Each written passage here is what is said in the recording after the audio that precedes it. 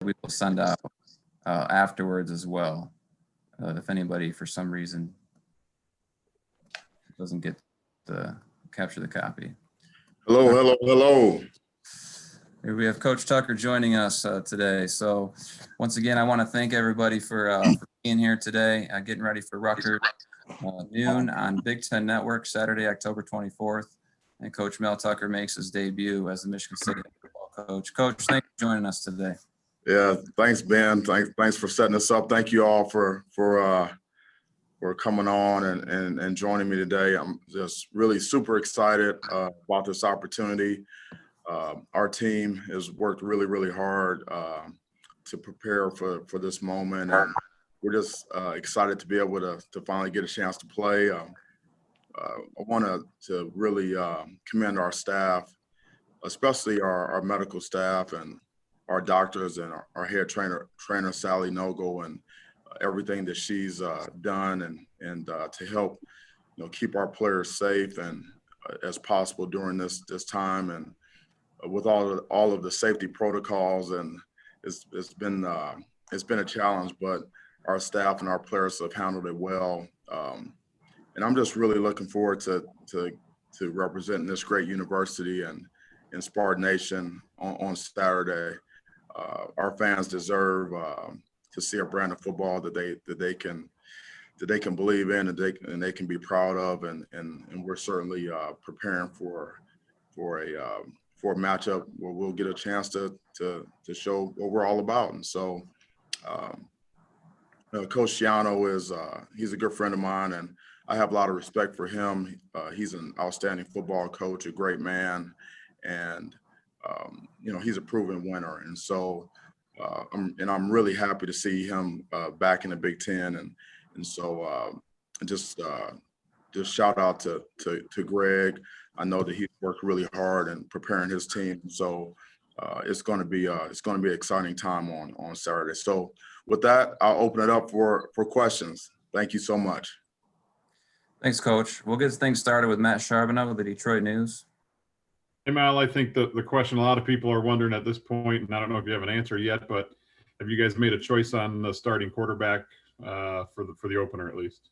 Yeah, Matt, thanks for that question. We won't be announcing a quarterback today.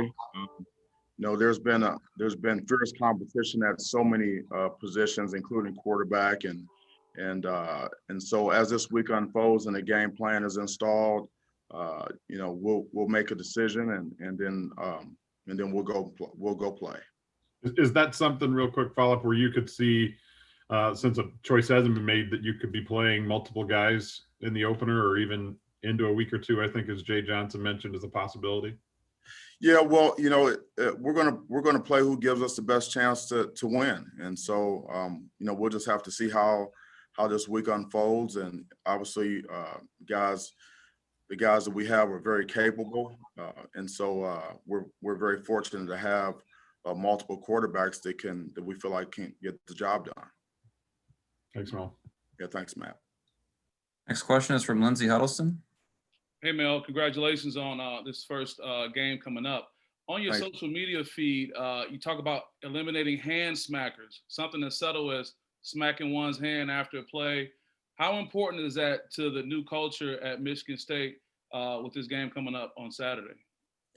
Yeah, that's just part of our process, and we're very process driven, and it's your mental disposition towards competing and demeanor and body language and semantic responsibility is all part of the process. And so our philosophy is that you just go on to the next play, regardless of if the previous play was good or bad.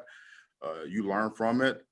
You take the information that you got from that play, and then you move on to the next play quickly.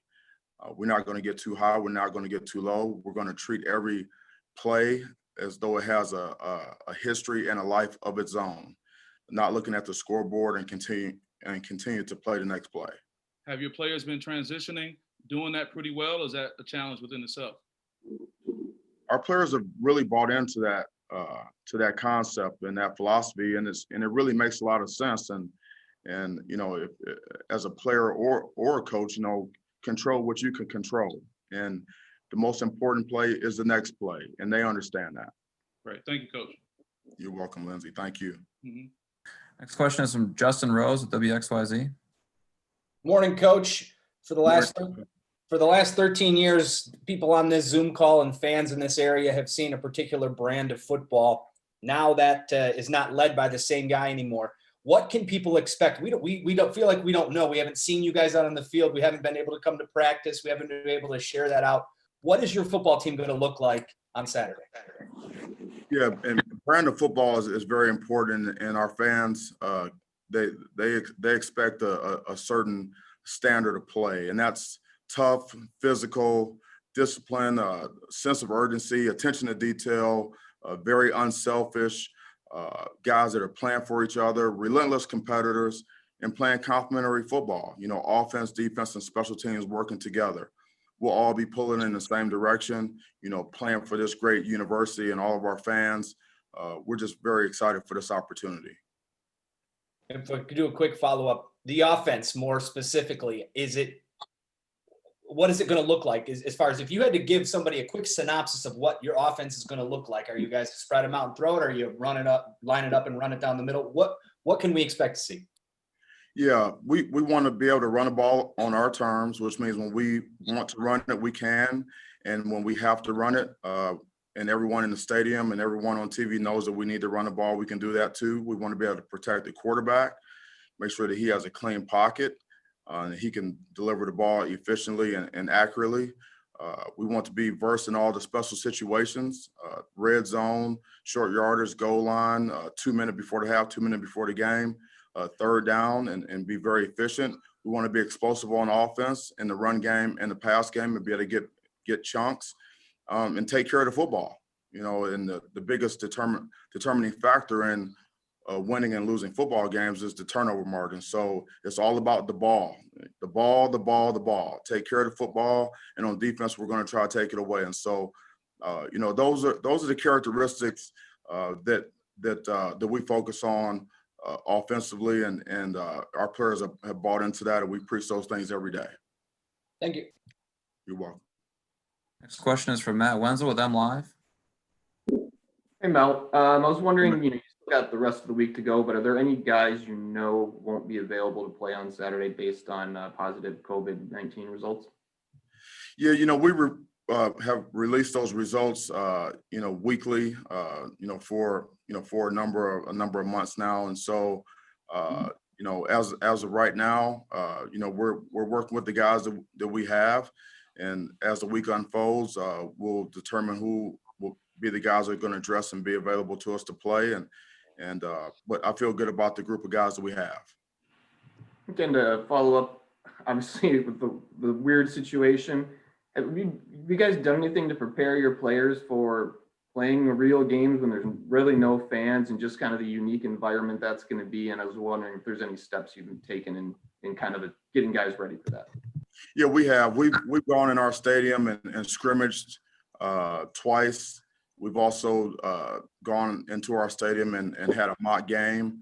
We've used noise at the levels at which the Big Ten is going to allow. And we've also played music at the levels at which we think it will be in the stadium. Just talking to some of my colleagues around the country that have already played games in similar settings, they say that it is different. And so we've tried to create that atmosphere for our players. It's just like playing the game. In practice, you want the practices to be as close to the game.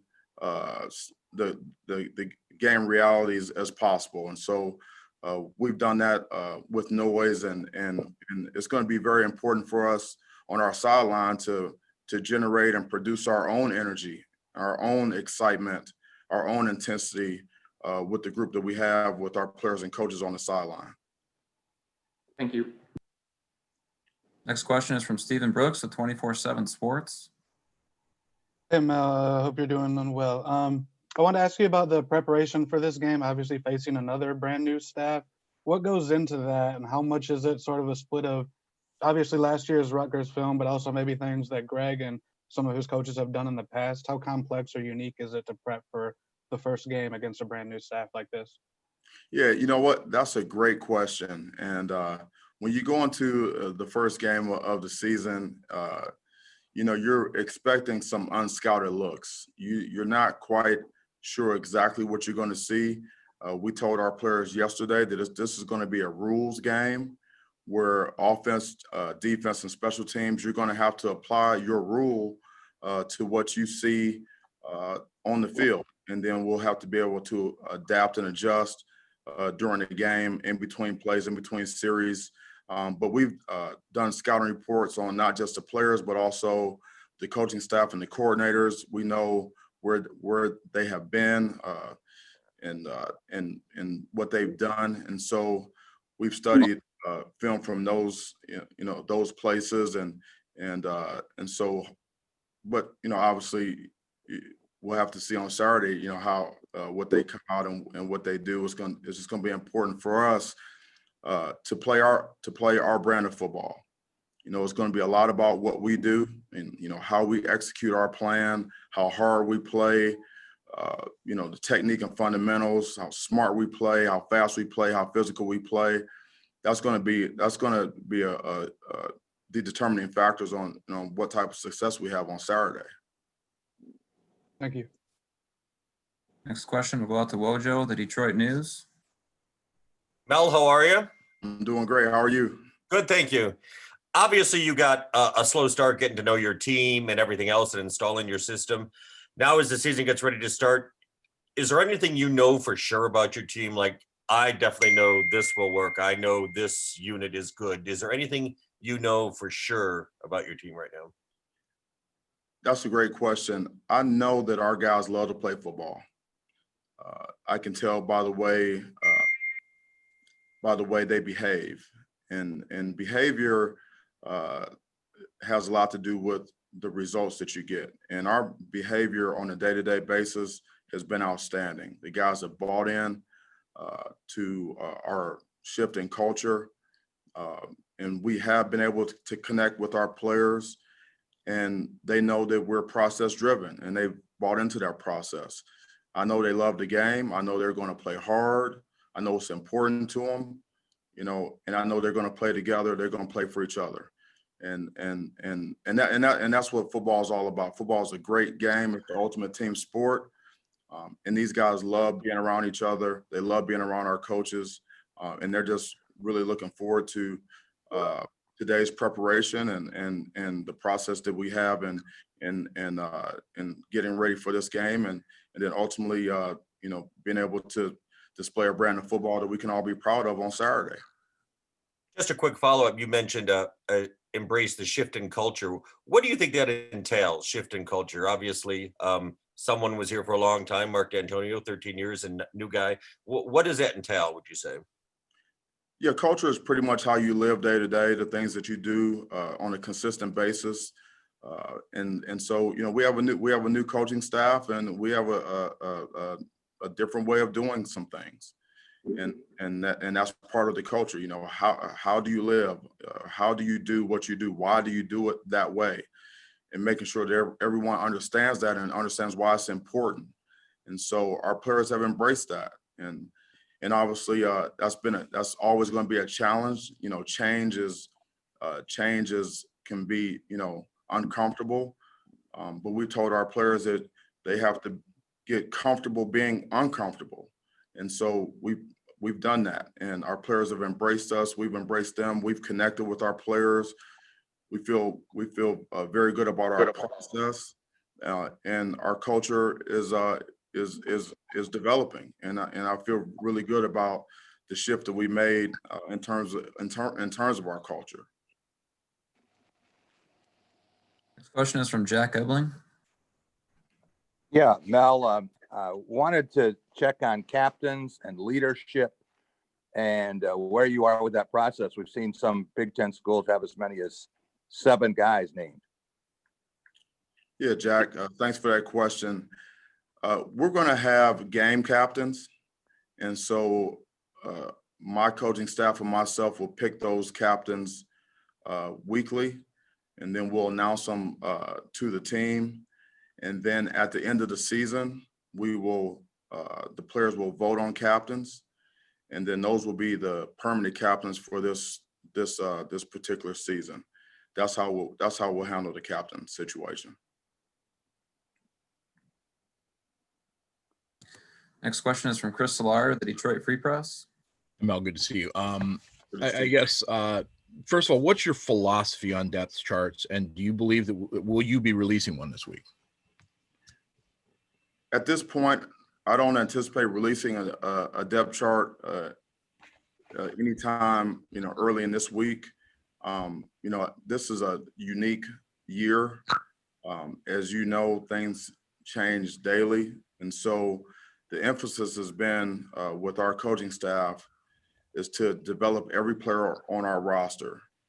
And in anticipation of needing everyone at some point in time to be ready to play. And so, our depth chart is more of a rep chart.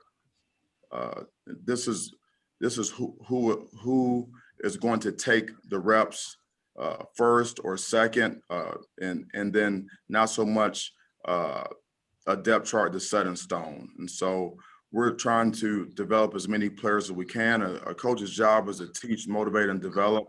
And every player on our roster is getting coached hard with attention to detail and a sense of urgency in anticipation of that player ultimately being on the field and playing winning football for us.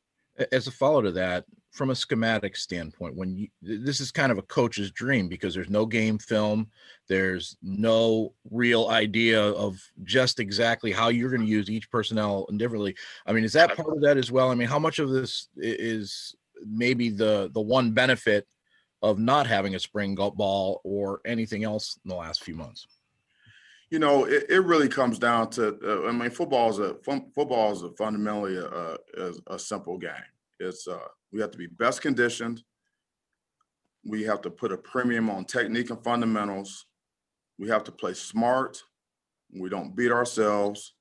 We have to play fast. Players play fastest when they know what to do and how to do it and know why it's important to do it that way. And then the football is a collision sport. We have to be physical. And so regardless of scheme, offense, defense, and special teams, and, whether it's the first game, you got new coaching staff, those are the things that determine what type of success that you have on game day. And so that's where our focus has been. Thanks, Mel. You got it. Next question is from Audrey Dahlgren with WLNS. Well, we're having a great day. I just wanted to, I know you've said over time that you're pretty even keeled guy. You mentioned that to us. But what is it going to be maybe come Saturday? What kind of emotions are you going to experience as you step out onto the field? I know there might be a little bit more of adrenaline that goes with it. And also, will it re-spark any memories from when you were here last time as a graduate assistant? Yeah, that's a great question. And I can't help but to smile because this is a dream come true for me to be able to represent this great university and our Spartan Nation as the head football coach. And so I'm really looking forward to it. My demeanor on game day is very similar to what our players, see, every day from me. It's important for me to be consistent. We work with a sense of urgency. We're passionate about what we do. And we love the game. And so, my demeanor will reflect that. Obviously I believe in neutral thinking, not to get too high, not to get too low, and just really, take the game, one play at a time and take in the information as it comes. And that determines what we need to do next. And so, but, going to Spartan, playing in Spartan Stadium, coaching in Spartan Stadium is special. And I do remember the feeling of, as a graduate assistant, coaching in that stadium. And it's something that I've always cherished, and I'm really can't wait to get back out there. Thank you. Next question is from Noah Trister with the AP. Yeah, Coach. How much different does this feel going straight into conference play for the first game? You know, it's a great opportunity for us. I've never really got caught up into too much into scheduling. Who you play and when you play them. I was raised, as a football guy, and I was always taught, when they put the ball down, it's not the ball's time to play, regardless of when or where, and so we're preparing our players, that way. This situation this year has been a challenge. It's been unusual. It's been unprecedented. But at the end of the day, we're going to have our opportunity to go out there and play. And that's what we all want to do. And so I'm just looking forward to kickoff. We've got a few days left to prepare. And so, we're going to focus on our process, taking it one day at a time. And then we'll let Saturday take care of itself. Next question is from Rico Cooney with Spartan Magazine. Good morning, Coach. How you doing? I'm doing good, Rico. Thank you. Talk a little bit about the proclamation of you saying, if you're not going to be physical, you're not going to get on the field. And Coach Hawk had on Twitter said non-negotiable. In making that proclamation, was that something that you came up with after watching some padded practices and some scrimmages, or was that part of the overall general culture that you want to inject into Michigan State football? Yeah, that's a great question. That's part of who we are and who we need to be. Michigan State football is physical football. It's representative of our university, of our great fans, and all our alumni and our players that have played here in the past. It's always about tough, physical, hard-nosed, fundamentally sound, great pad level, flat backs with good hat speed, getting after it, playing through the echo of the whistle and playing for 4 quarters, 60 minutes in the game as hard as you possibly can, playing for the guy next to you, being relentless, and moving people, against their will on the field, and winning the line of scrimmage, offensive line and defensive line, and just always being physical, and the name of the game is hit, and that's never going to change. And so being physical and playing tough, hard-nosed football, that's not a new concept for me, and it's not a new concept for Michigan State. Thanks, Coach. Thank you. We have time for a few more. I'm going to try to get to everybody here for their first question. We're going to go to Jim Comparoni with Spartan Magazine. Hey, Mel, how has the offensive line come along without Jordan Reed at right tackle? And can you discuss the competition going on inside at the offensive guard positions? Yeah, Coach Kapilovic has done an outstanding job with our offensive line. He's one of the great coaching minds in this profession, one of the great offensive line coaches, and the best or one of the best offensive line coaches that I've ever been around. And he sees the game the same way that I see the game. It's it's about being physical. It's about playing with great technique and fundamentals. Having a mental disposition of moving people against their will, and understanding that you have to win a line of scrimmage. And so we've had competition, at the tackle spot. We've had competition inside, and we're developing depth because we're going to need as many guys ready to play as possible. But I feel really good about our preparation. I feel great about what Coach Cap has done with those guys, and I've seen steady improvement from that unit. And I'm just looking forward to a great week of practice and preparation, from that group and the entire team.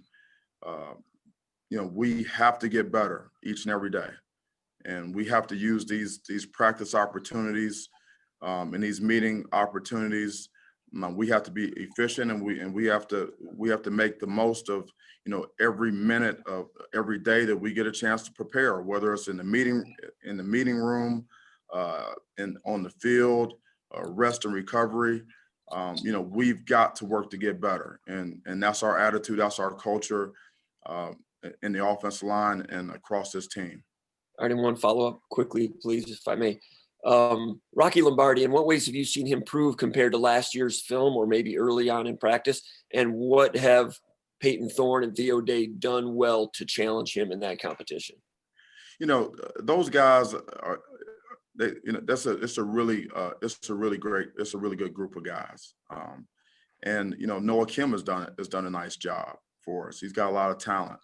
And Jay Johnson is a veteran offensive coordinator, a veteran play caller, a veteran quarterbacks coach, played the position himself.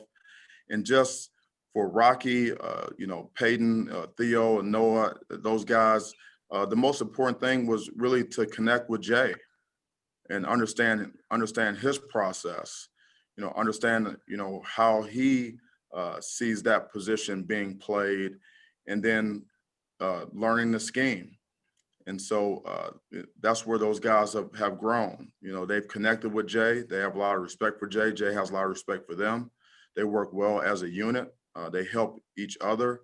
And I've seen a steady improvement from that group. And so, and that's what you want to see at that position. You want to see guys that are team guys, that have leadership ability, that are not afraid to take charge. And I've seen that in all of those guys.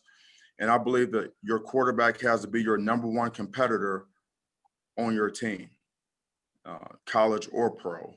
And so we have the competitive nature and the mental disposition in that room to be able to get the job done. So I feel really good about what Jay has done and what he's going to continue to do, and how those guys are going to continue to develop under him. Next question is from South Wales at WILX.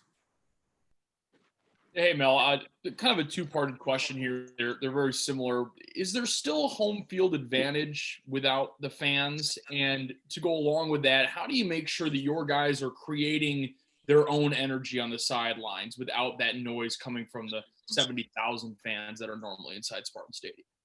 Yeah, Spartan Stadium is special. And even though we won't have our fans in the stadium, certainly their passion and their energy and their desire and their pride in this football team and this university, we're going to feel that on Saturday. When we step on that field, we're going to feel our fans. We're going to feel that pride. We're going to feel that energy. And what we're going to do is, we're going to take it from the practice field, to the game field. We have tremendous energy in our practices. We generate our own momentum, and everyone is into it. Everyone's up and ready to go. Chin straps buckled, mouthpieces in, on the ready. When these guys' numbers are called, they go in and they give it everything they've got, 100% every time. And so, and if they don't, it's our job to coach them through that and get the best out of them. And so that's what we're gonna take into the stadium. Just take it from the practice and take it right to the game. We got time for two more. We'll go to Chris Solar, the Detroit Free Press. We'll wrap it up with Matt Charbonneau, the Detroit News. Chris? Mel, I kind of wanted to touch base with you on the defensive side a little bit. First of all, do you have an idea of where you want to go at middle linebacker? And as kind of a follow with that, can you maybe address the situation with Luke and Charles? Yeah, we released a statement about Luke and Charles. They've been suspended from the team. We acted quickly and decisively about that.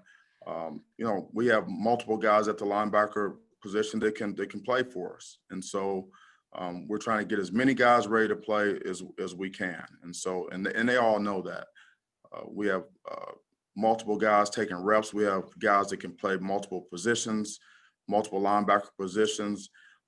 We feel like it's a group that is ready to lead and can make the calls and get lined up and, you know, run and hit and make plays. And so it's a really good group to be around. They're fun to coach. And I'm looking forward to seeing how these guys progress and seeing how they improve this week.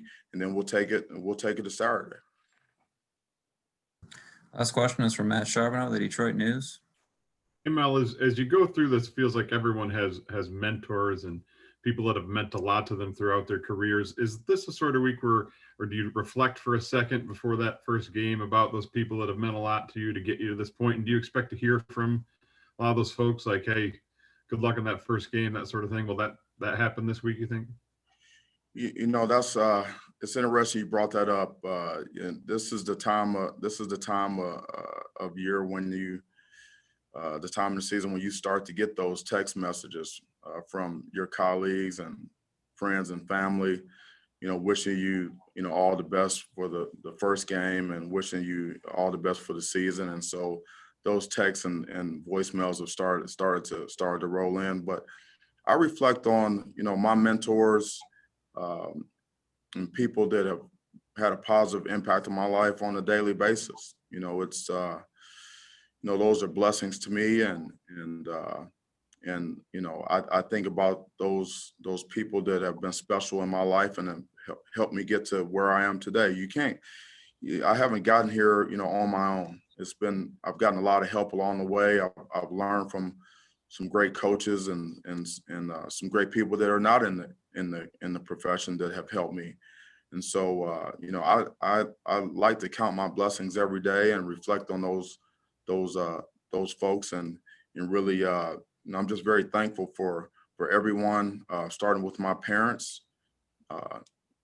that have poured into me my entire life and to help me get to this point. My family has supported me, and so it's a daily reflection and appreciation for the help and that I have received, and I'm very humbled by that.